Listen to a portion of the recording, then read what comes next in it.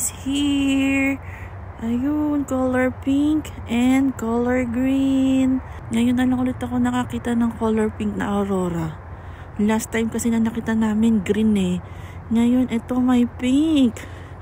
Sign na parating na ang aming baby ouring. Ayun.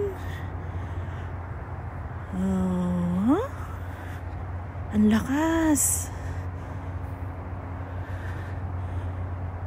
Oh, ayun ang lakas dun, kulay pink. Diba?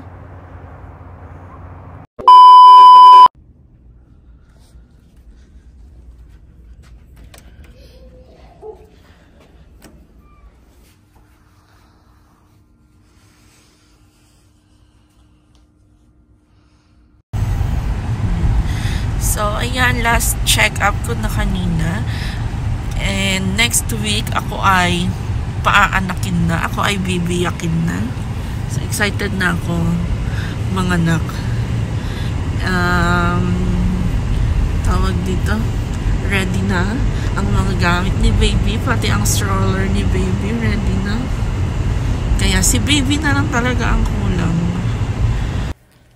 So, ayan, naka-ready na ang aming hospital bag. Ito, nagdala ko ng tab. Andito sa loob, may tabo at saka may foldable na balde. Dahil hindi nga uso ang bidet dito, so, nagdala ko ng sariling, foldable na balde at saka tabo. So, ito, tapos, andito yung mga damit namin ni Dada.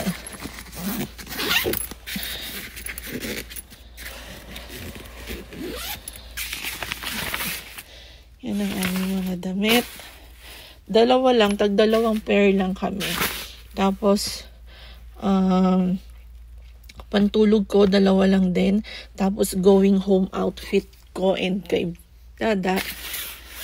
Tapos, yun lang. Tuwalya. Yung binder ko. Ayan. Dalawang set lang ng kasi 2 to 3 days lang naman kami sa hospital.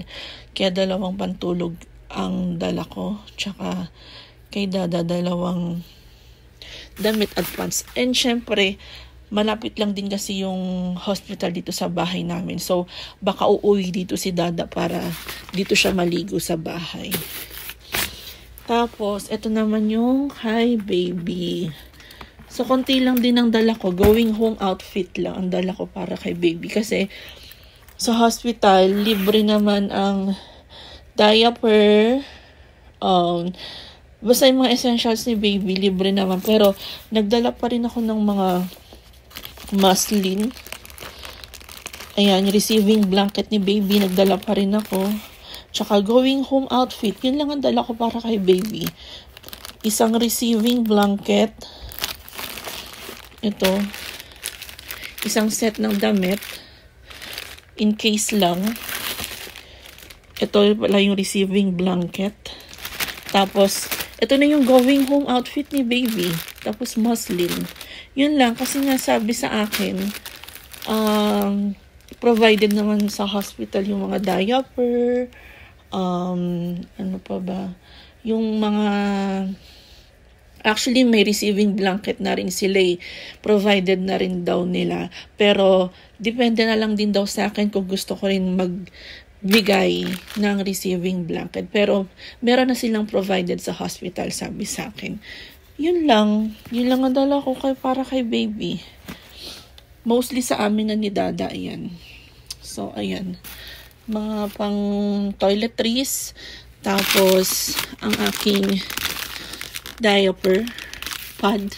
Pero, sabi naman sa akin is provided na din daw yan sa hospital. Pero, nagdala na lang din ako ng sarili ko. So, yun lang. Ready na si baby. Ready na kami.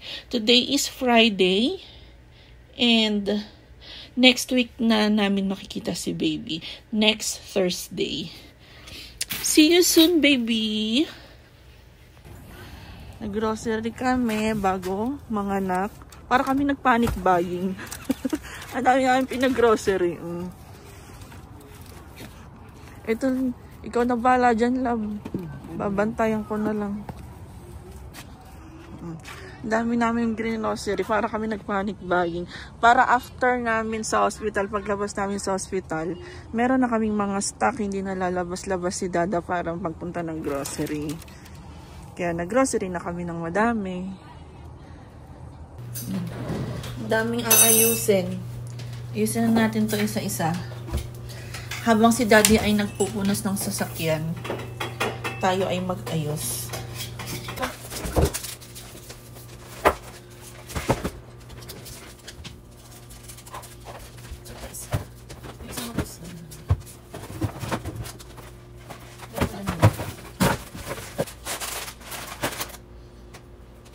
Isang gatas ang bababa ko. Tsaka itong saret. Tsaka itong Vita Coco. Ay, ito ko na ito.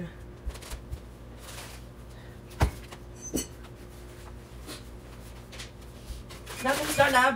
Paki nga.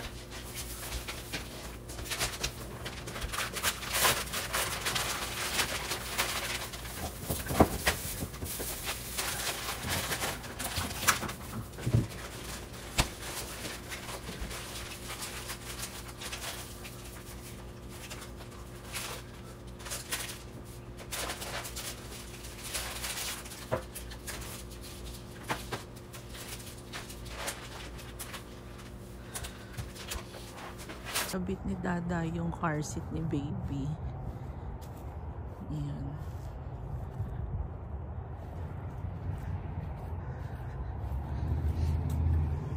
Napunasan mo na dyan sa upuan? Hindi na siya nakapagod sa harapan mo. Ha? Sa harapan na siya nakapagod. Sino? Okay. Love, dapat ang ulo ng bata nandyan sa may ano ha? Hindi pa ganyan. Nandito ang ulo ng bata. Ganun na talaga pagsantok ko. Ha? Ganun na pagsantok ko. Parang baliktad yata, love. Tama ba? Kasi ang ulo ng bata dito. Oo, pag ganyan yung sapak ng kuno.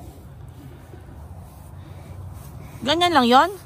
Oh, hindi na yung matanggal. Ba't ang dilim? Walang ilaw? Buksan mo nga yung ilaw.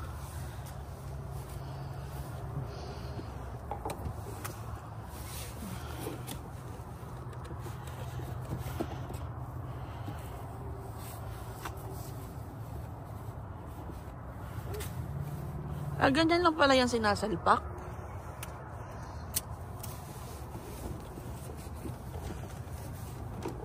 Ganyan lang yon. Akala ko may pinapasok dyan sa loob. Paano mo nalaman? Ganyan lang nasa sa instruction. I-search mo sa YouTube. Nanginginig yung isa. Oh. May pasahero na kami. You know. Nauna na kay baby. Shh. Oh. Hindi sasakay dyan, Cookie, ha? Kasi baby dyan. Hindi yan pang kay Cookie. Pang kay Adingding yan. Ang dilim. Yan. Tama ba yung pagkalagay ko, love? Ganyan ba? Tuturuan naman tayo sa ospital kung tama yan. Pag sinabing bawal to, di bawal. Kailangan i-cover si baby. Kasi malamig pag lalabas tayo ng hospital.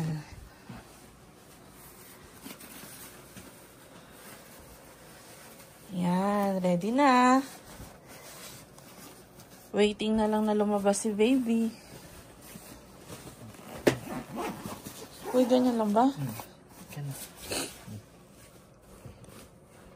Uy, natatakban yung ulo. Ibaba mo pa yata to. Hindi, ito. Balan na lang sila sa ospital. Yan. Yan.